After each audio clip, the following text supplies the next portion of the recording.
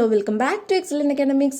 അപ്പം നമ്മൾ ഇന്ന് നോക്കാൻ പോകുന്നത് ഇംഗ്ലീഷിലെ ഓണപരീക്ഷയ്ക്ക് വേണ്ടിയിട്ടുള്ള പ്രധാനമായിട്ട് വരുന്ന ചോദ്യങ്ങളാണ്. വളരെ ഇമ്പോർട്ടൻ്റ് ആണ്, മസ്റ്റ് വാച്ച് ആണ്.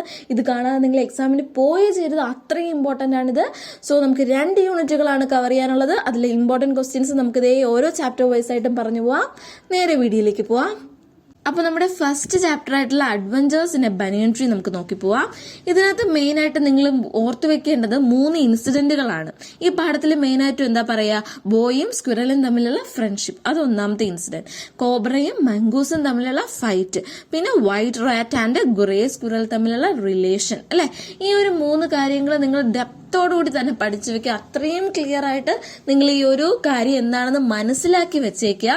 കഥ അറിഞ്ഞുകൂടാത്തവരാണെങ്കിൽ ഈസി ആയിട്ട് പഠിക്കാനുള്ള ഒരു വീഡിയോ നമ്മുടെ ചാനലിൽ അപ്ലോഡ് ചെയ്തിട്ടുണ്ട്. സോ അതൊന്ന് കണ്ടിട്ട് തിരിച്ചു വരിക. അങ്ങനെയുള്ളവർക്ക് ഈസി ആയിട്ട് ഇതിൽ നിന്ന് സ്കോർ ചെയ്യാൻ പറ്റുന്ന ചോദ്യങ്ങളാണ് പറയുന്നത്. Diary writing, letter writing and narration. ഈ 3 കാര്യം ഇതിനകത്ത് നിന്ന് ഇമ്പോർട്ടന്റ് ആയിട്ട് വരുന്നതാണ്.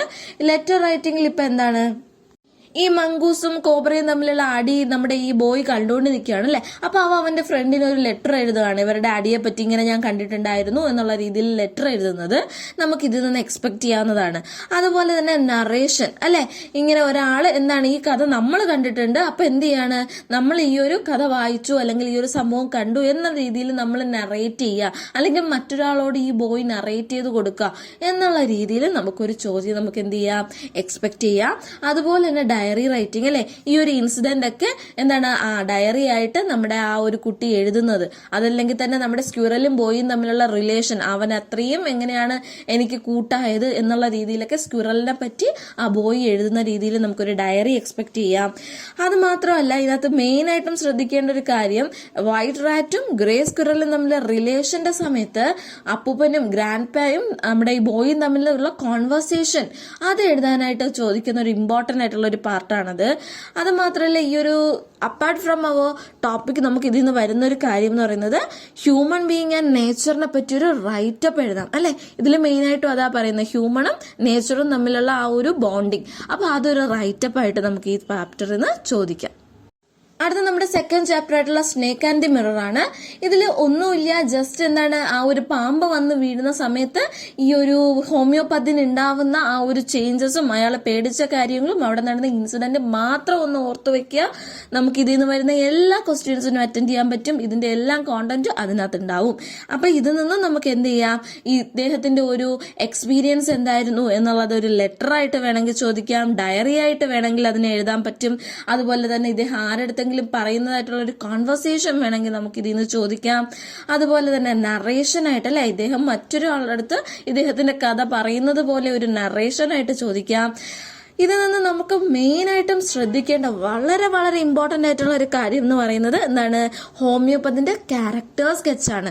വളരെ ഇമ്പോർട്ടൻ്റ് ആണ്, നോക്കി വെക്കുക. ഹോമിയോപ്പതി എങ്ങനെയായിരുന്നു, ആ ഒരു സിറ്റുവേഷനെയൊക്കെ അദ്ദേഹം എങ്ങനെ ഹാൻഡിൽ ചെയ്തു തുടങ്ങിയുള്ള കാര്യങ്ങളൊക്കെ ഇൻക്ലൂഡ് ചെയ്തിട്ട് ഒരു ക്യാരക്ടർ സ്കെച്ച് എഴുതുക.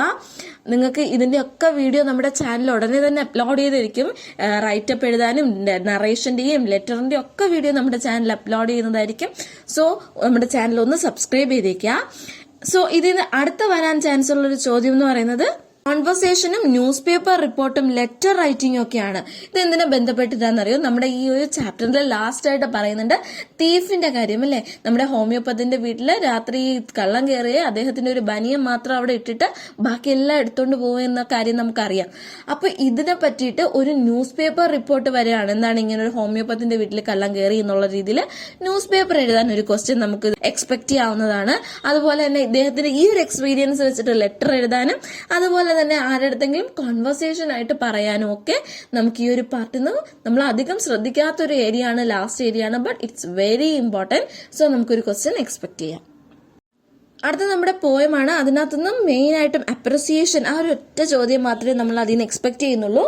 വേറെ ഒന്നുമില്ല. കഴിഞ്ഞ മോഡൽ എക്സാമിന് ഇത് വന്നതുകൊണ്ട് തന്നെ അപ്രിസിയേഷൻ ചോദിക്കോ ഇല്ല എന്നുള്ള കാര്യം ഡൗട്ടാണ്. ബട്ട് സ്റ്റിൽ ആ ഒരു പാഠത്തിൽ നിന്ന് അപ്രിസിയേഷൻ എന്ന് പറയുന്ന കാര്യം പഠിച്ചു വെച്ചേക്കുക. നമ്മൾ റിസ്ക് എടുക്കരുത്. സോ പഠിച്ചു വെച്ചേക്കുക. അത് മാത്രമല്ല, പിന്നെ ഒരു രീതിയിൽ അതിനെ എക്സ്പെക്ട് ചെയ്യാന്നുള്ള ക്വസ്റ്റ്യൻ എന്ന് പറയുന്നത് അതിന്റെ കുറച്ച് വരികൾ തരും, ആ പോയിന്റിന്റെ കുറച്ച് വരികൾ തരും, എന്നിട്ട് അതിൽ നിന്ന് എന്തെങ്കിലും ക്വസ്റ്റ്യൻസ് ചോദിക്കാം. ക്ലിയർ? ആ ഒരു പാർട്ട് മാത്രമേ ഇതിനകത്ത് ഇതിനകത്ത് വരുന്നുള്ളൂ. ദെൻ നമ്മുടെ ഇമ്പോർട്ടൻറ്റ് ചാപ്റ്റർ എന്ന് പറയുന്നത് നമ്മുടെ സെക്കൻഡ് യൂണിറ്റിലെ പ്രൊജക്റ്റ് ആൻഡ് ടൈഗർ ആണ്. ഇത് ഭയങ്കര ഇമ്പോർട്ടൻ്റ് ആയിട്ടുള്ള ഒരു പാഠമാണ്. ആരും സ്കിപ്പ് ചെയ്ത് പഠിക്കാത്തവരുണ്ടെങ്കിൽ ഈ പാഠം എന്തായാലും പഠിച്ചിട്ടേ പോകാവൂ. അത്രയും ഇമ്പോർട്ടൻ്റ് ആണ്. ഇതിൽ നിന്ന് നമ്മൾ ഈ പറഞ്ഞ പോലെ ഡയറിയും നറേഷനും ലെറ്റർ റൈറ്റിങ്ങും മെയിനായിട്ടും ന്യൂസ് പേപ്പർ റിപ്പോർട്ടും ഒക്കെ വരാൻ സാധ്യതയുള്ള ഒരു ചാപ്റ്ററാണിത്. സത്യജിത്ത് റോയ് 2 പ്രാവശ്യമൊക്കെ പോയിട്ട് ആ ഒരു ടൈഗറിനെ പിടിക്കാനൊക്കെ ശ്രമിക്കുന്നുണ്ട് അല്ലേ. അപ്പൊ ആ ഒരു ഇൻസിഡന്റ് എന്നൊക്കെ പറയുന്നത് വളരെ ഇമ്പോർട്ടന്റ് ആണ്. അതിനെ പറ്റിയിട്ട് നമുക്കൊരു ഡയറി, അദ്ദേഹത്തിന്റെ എക്സ്പീരിയൻസ് പറഞ്ഞുള്ള ഒരു ഡയറി, അല്ലെങ്കിൽ ആരുടെത്തെങ്കിലും അദ്ദേഹം ഈ ഒരു കാര്യം പറയാവുന്ന രീതിയിലൊരു ലെറ്റർ റൈറ്റിംഗ് ചോദിക്കാം. എന്ത് വേണോ നമുക്ക് അതിൽ നിന്ന് എക്സ്പെക്ട് ചെയ്യാം. കോൺവെർസേഷൻ ആകാം, ന്യൂസ് പേപ്പർ റിപ്പോർട്ട് ആവാം, ആ കണ്ടുനിന്ന് ഷൂട്ടിംഗ് കാണാൻ നിന്നവരുടെ ഒരു എക്സ്പീരിയൻസ് പറയുന്നതാകാം. ഏത് രീതിയിൽ വേണമെങ്കിലും നമുക്ക് ഈ ഒരു പാഠത്തിൽ നിന്ന് എന്ത് ചെയ്യാം, ക്വസ്റ്റ്യൻസ് എക്സ്പെക്ട് ചെയ്യാം. സോ ഈ പാഠം ആരും സ്കിപ്പ് ചെയ്യരുത്, പഠിക്കാം.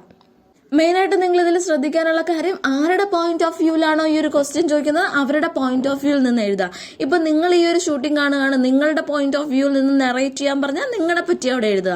സത്യജിത്ത് റോയ് ആണെങ്കിൽ അങ്ങനെ, തൊറാത്താണെങ്കിൽ അങ്ങനെ, ആരുടെ പറ്റിയാണോ ക്വസ്റ്റ്യൻ ചോദിക്കുന്നതെന്ന് ശ്രദ്ധിച്ചു നോക്കുക. അതിനെ വെച്ചിട്ട് ആൻസർ ചെയ്യുക.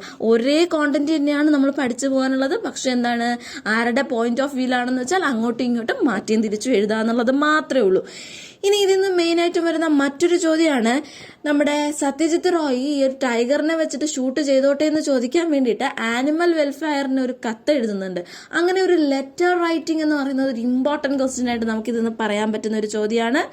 അതുപോലെ തന്നെ നമ്മുടെ മാനേജറുമായിട്ട് നമ്മുടെ സത്യജിത്ത് റോയ് സംസാരിക്കുന്നുണ്ട്. അപ്പോൾ അവർ തമ്മിലുള്ള കോൺവെർസേഷൻ, അതൊരു ഇമ്പോർട്ടൻ്റ് ആയിട്ടുള്ള ഒരു ക്വസ്റ്റ്യൻ ആണ്. അതുപോലെ തന്നെ നമുക്ക് എപ്പോഴും നമ്മുടെ മോഡൽ എക്സാമിനൊക്കെ ചോദിച്ചു കണ്ടിട്ടുള്ളൊരു ചോദ്യമാണ്, സത്യജിത്ത് റോയിനെ എന്ത് ചെയ്യുക, ഇന്റർവ്യൂ ചെയ്യാനാണെങ്കിൽ കുറച്ച് ക്വസ്റ്റ്യൻസ് നിങ്ങൾ എഴുതുക എന്നുള്ള രീതിയിൽ ചോദിക്കാം. പിന്നെ ഇതിനകത്ത് നിന്ന് മെയിനായിട്ട് വരുന്ന ഒരു ഇൻസിഡന്റ് എന്ന് പറയുന്നത്, നമ്മുടെ ഡോഗിന് പകരം നമ്മുടെ ഒരു ഹ്യൂമൻ അല്ലെ എന്ത് ചെയ്യുന്നു, ഡോഗിന്റെ ഡ്യൂപ്പായിട്ട് അഭിനയിക്കുന്നുണ്ട്. ആ ഒരു കാര്യം കണ്ടിട്ട് സത്യജിത്ത് റോയ് ഭയങ്കര അതിശയപ്പെടുന്നൊക്കെ ഉണ്ട്. ആ ഒരു ഇൻസിഡന്റിൽ നിന്ന് ഡയറി എഴുതാനും ലെറ്റർ എഴുതാനും നറേഷനായിട്ടും ഒക്കെ പോസിബിലിറ്റീസ് കാണുന്നുണ്ട്. വളരെ ഇമ്പോർട്ടന്റ് ആണ് ഈ ചാപ്റ്റർ. അത് മാത്രമല്ല ഇനിയുള്ളത്, നമ്മുടെ ക്യാമറ വർക്കിംഗ് ആവാതിരിക്കുമ്പോൾ, ഷൂട്ടിങ്ങിനിടയിൽ ക്യാമറ വർക്കിംഗ് ആവാതിരിക്കുമ്പോൾ സത്യജിത്ത് റേ അനുഭവിക്കുന്ന ആ ടെൻഷനും ആ ഒരു ഫ്രസ്ട്രേഷൻസ് ഒക്കെ ഉണ്ട്.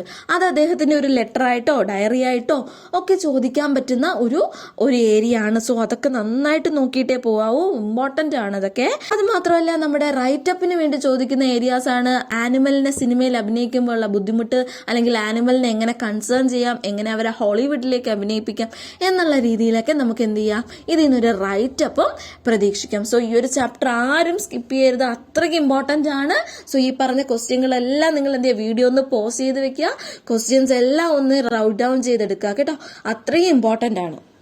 അടുത്തത് മൈ സിസ്റ്റർ ഷൂ എന്ന് പറയുന്ന ചാപ്റ്റർ ആണ്. അതിൽ നിന്ന് നിങ്ങൾ എന്ത് ചെയ്യാം, മെയിൻ ആയിട്ടും ശ്രദ്ധിച്ചു വെച്ചേക്കുന്ന ഇൻസിഡന്റ് എന്താണ്, ആ ഒരു വെജിറ്റബിൾ ഷോപ്പിൽ വെച്ചിട്ട് ഷൂ നഷ്ടപ്പെടുന്ന ഒരു ഇൻസിഡന്റ് അല്ലേ, അത് മാത്രം ശ്രദ്ധിച്ചു വെച്ചാൽ മതി. അതിൽ നിന്ന് എന്ത് ചോദിക്കാം, മേ ബി ഒരു ഡയറിയോ നറേഷനോ റൈറ്റപ്പോ ഒക്കെ ചോദിക്കാം, ലെറ്ററോ ഒക്കെ ചോദിക്കാൻ പറ്റുന്ന ഒരു ഏരിയ ആണ്. അത്രയേ ഉള്ളൂ. അതിനകത്ത് വളരെ കാര്യമായിട്ട് അല്ലെങ്കിൽ ഒരു കണ്ണിങ് ആയിട്ടുള്ള ക്വസ്റ്റ്യൻസ് ഒന്നും വരാൻ ചാൻസ് ഇല്ല, ഡയറക്റ്റ് ആയിട്ട് തന്നെ വരും. സോ അതിൽ നിന്ന് സ്കോർ ചെയ്യാൻ പറ്റും. അല്ലെങ്കിൽ മേ ബി കോൺവെർസേഷൻ ചോദിക്കാം, അലിയും ഫാദറുമായിട്ടുള്ള കോൺവെർസേഷനും വെജിറ്റബിൾ ഷോപ്പിലെ ആളുമായിട്ടുള്ള കോൺവെർസേഷനും ഒക്കെ വേണമെങ്കിൽ ചോദിക്കാം. സോ അതിന് ഒരു പോസിബിലിറ്റീസ് ഉണ്ട്, അത് നോക്കി വെച്ചേക്ക്. എന്തായാലും ഡയറക്റ്റ് ക്വസ്റ്റ്യൻ ആയിരിക്കും, സോ ഈസി ആയിരിക്കും. അടുത്തത് പോയമാണ് the blowing in the wind എന്ന് പറയുന്ന ചാപ്റ്റർ. സോ അതിനൊന്നുമില്ല മക്കളെ, അപ്രിസിയേഷൻ പഠിച്ചു വെക്കുക, അത് മാത്രമേ ഉള്ളൂ. എപ്പോഴും അതിൽ നിന്ന് അപ്രിസിയേഷൻ ആണ് മെയിനായിട്ടും ചോദിച്ചു വരുന്ന ചോദ്യം എന്ന് പറയുന്നത്. ഇല്ലാന്നുണ്ടെങ്കിൽ നേരത്തെ പറഞ്ഞ പോലെ എന്താണ്, ലൈൻസ് തന്നിട്ട് അതിൽ നിന്ന് എന്തെങ്കിലും ക്വസ്റ്റ്യൻസ് ചോദിക്കുക. അപ്പൊ ഇത്രയേ ഉള്ളൂ നമ്മുടെ ഇന്നത്തെ വീഡിയോ എന്ന് പറയുന്നത്. നമ്മൾ എന്താ പറഞ്ഞു വന്നത്, എല്ലാ ഇമ്പോർട്ടന്റ് ക്വസ്റ്റ്യൻസും പറഞ്ഞിട്ടുണ്ട്, എല്ലാ ഏരിയയും കവർ ചെയ്തിട്ടുണ്ട്. ഈ ഒരൊറ്റ വീഡിയോ നിങ്ങൾക്ക് നന്നായിട്ട് യൂസ്ഫുൾ ആവുമെന്ന് ടീച്ചർ വിശ്വസിക്കുന്നു. സോ മെയിനായിട്ടും ഇംഗ്ലീഷിന് A+ സ്കോർ ചെയ്യാനുള്ള ഒരു ഈസി വേ എന്ന് പറയുന്നത് എന്താണ്, കോണ്ടന്റുകൾ പഠിച്ചു വെക്കുക. ഓരോ പാഠത്തിൽ നിന്നും എന്ത് പഠിച്ചു വെക്കണം എന്ന് ആദ്യം അറിഞ്ഞിരിക്കുക, അതിനനുസരിച്ച് ഉത്തരങ്ങൾ എഴുതുക. അത് മാത്രമേ വേണ്ടൂ, അതിന് കൂടുതലൊന്നും വേണ്ട. കോണ്ടന്റ് മനസ്സിലാക്കിയിരുന്ന വളരെ എളുപ്പമാണ് നമുക്ക് ആൻസർ ചെയ്യാൻ. സോ എല്ലാവരും നന്നായിട്ട് കോണ്ടന്റുകൾ പഠിച്ചു വെച്ചേക്കുക. ഈ ഒരു ക്വസ്റ്റ്യൻസ് ഒക്കെ റൈറ്റ് ഡൗൺ ചെയ്യുക, നോട്ട് ഡൗൺ ചെയ്ത് വെക്കുക, അത് നന്നായിട്ട് റിപ്പീറ്റഡ് ആയിട്ട് പഠിക്കുക. സോ ഇനി യൂസ്ഫുൾ ആയിട്ടുള്ള കോണ്ടന്റുകൾക്ക് വേണ്ടിയിട്ടും എക്സാം വീഡിയോസിന് വേണ്ടിയിട്ടും ഇമ്പോർട്ടൻറ്റ് നോട്ടിഫിക്കേഷന് വേണ്ടിയിട്ടും നമ്മുടെ ചാനൽ ഒന്ന് സബ്സ്ക്രൈബ് ചെയ്തേക്കുക. നിങ്ങളുടെ ഫ്രണ്ട്സിന് ലൈക്ക് ചെയ്യാനും ഷെയർ ചെയ്യാനും കമൻറ്റ് ചെയ്യാനും മറക്കരുത്. താങ്ക്